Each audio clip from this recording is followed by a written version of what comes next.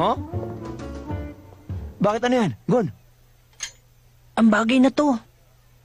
Ah, aba, Ben's knife yan ah. Hindi ganun kakilala to, pero maraming kolektor na magbabayad ng malaki para dito.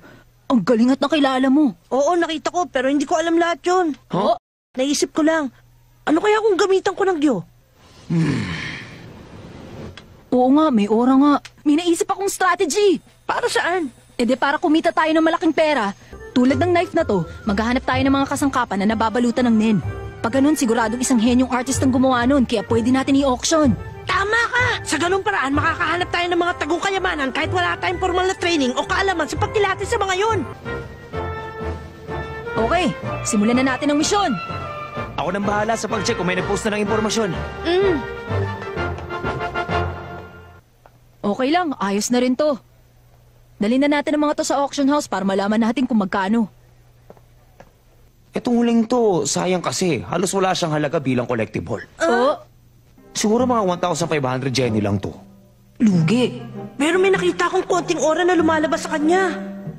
Sandali lang. Oh, Ibaba mo ang estatwang kahoy na yan ngayon din. Anong sabi mo? Sino ka ba? Mga bata, huwag kayong paloloko sa kanya. Interesado ka lang bilhin yan. Dahil gusto mong angkinin na nasa loob niyan. Ang totoo, wooden treasure trove yan. Wooden treasure trove? Nung nakaraan 300 taon, isa yan sa pinakakilalang paraan na gamit ng mayayamang tao para itago ang kayamanan nila. May kayamanan sa loob niyan?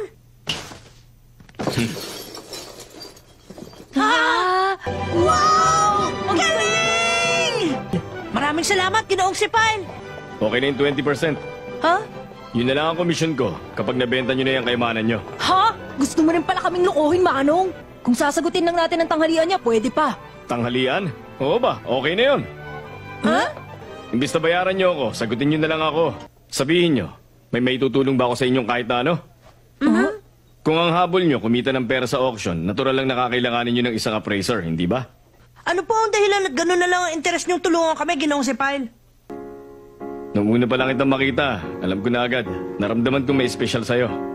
Sabi ko sa sarili ko, gusto kong makatrabaho ang batang yon. Yun ang sagot ko sa tanong nyo. Anong sagot nyo sa akin? Gusto rin namin kayo makatrabaho. Babayaran namin kayo batay sa husay ng trabaho ninyo. Ayos! 별이 있다